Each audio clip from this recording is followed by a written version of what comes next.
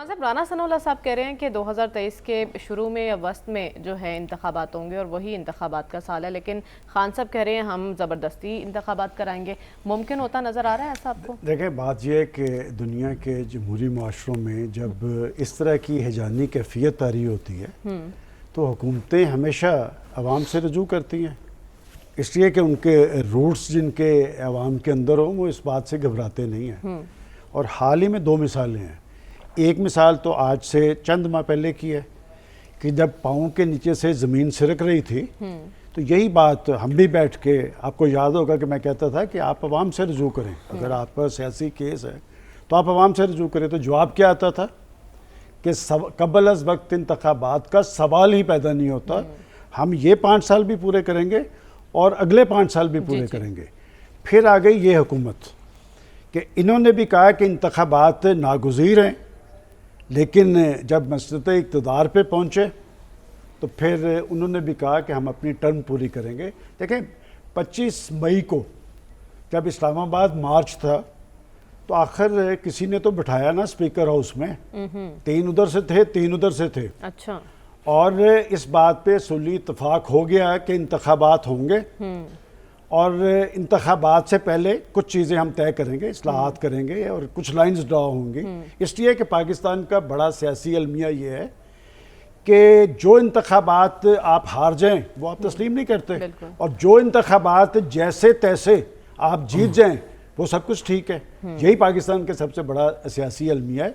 और बात यह है कि 25 मई के बाद वो जो डायलॉग का अमल था वो डेडलॉक में क्यों तब्दील हुआ? क्यों? कि एक साहब ने कहा कि जी इनके साथ हम बैठने के लिए तैयार नहीं। और बात यह कि पाकिस्तान के अंदर जो जमहूरी तजर्बा चल रहा है ना, उसमें माजी के अंदर कभी ऐसी सूरत हाल नहीं हुई। हमेशा हुकूमत और अपोजिशन के दरमियान एक डायलॉग की सूरत होती है, कुछ लोग आपस में राब्ते होते हैं। अब आपको ऐसा मुमकिन होता दिखाई दे रहा है? देखिए, मुझे इनसे मुमकिन होता नजर नहीं आ रहा है, इसलिए कि एक माइंड सेट है जो पाकिस्तान के अंदर, क्या पाकिस्तान में ऐसी कैफियत देखिए कि पाकिस्तान आधा डूबा हो और लाखों लोग जो हैं वो बाहर बैठे हों आसमान तले और वो खुराक अद्वियात उसके मुंतज़िर हों, और आप बैठ के पाकिस्तान के अंदर सियासी जलसे करें। देखिए, सियासी जलसे आप करें, वो सियासी जलसों के अंदर भी कोई सलाब की बात होनी चाहिए। बाजी आप कहते हैं जी मैंने 5 अरब इकट्ठा कर लिया, मैंने 6 अरब इकट्ठा कर लिया, आपका 5-6 अरब कब लोगों के काम आएगा? देखें, बात ये कि दुनिया की डेमोक्रेसी में एक जवाबदेही का अमल होता है। आप इश्यूज पे बात करते हैं,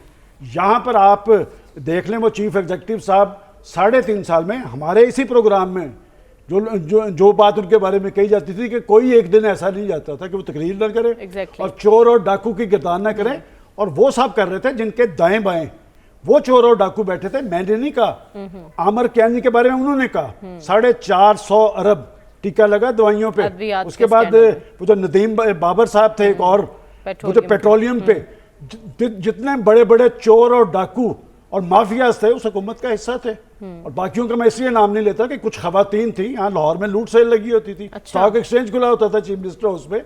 मैं समझता हूँ कि जब तक आप अपना तर्जमल जमहूरी नहीं रखेंगे उस वक्त तक मामलात डायलॉग के जरिए हल नहीं होंगे। अब बात यह कि ये कैसे होगा?